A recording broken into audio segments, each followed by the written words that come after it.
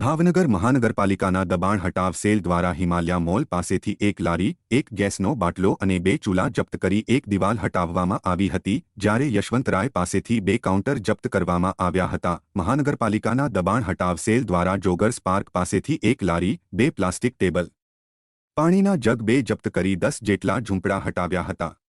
જ્યારે વાઘાવાડી રોડ ઉપર એક વાહનને લોક મારી દંડ વસૂલવામાં આવ્યો હતો અને 2 લારી, ગેસનો બાટલો અને પાણીના જગ 2 જપ્ત કરાયા હતા।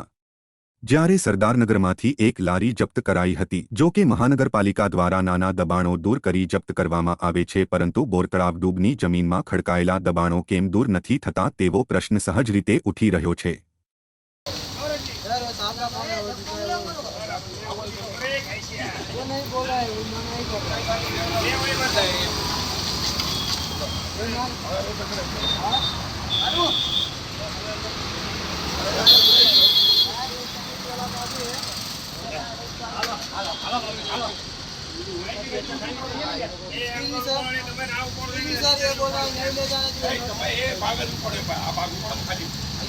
सर